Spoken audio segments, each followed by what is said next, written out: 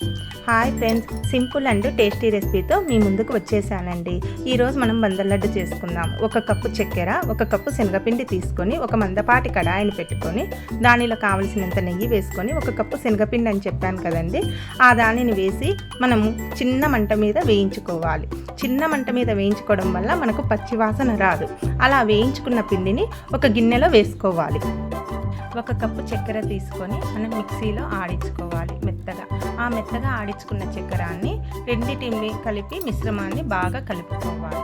తర్వాత మనము మళ్ళీ నెయ్యి తీసుకొని ఆ నెయ్యిలో మనకు కావలసిన గోడంబి, ద్రాక్ష, ఎనీ ఐటమ్స్ మీకు కావలసిన డ్రై ఫ్రూట్స్ అన్నీ వేసుకొని మనం వేయించుకోవాలి.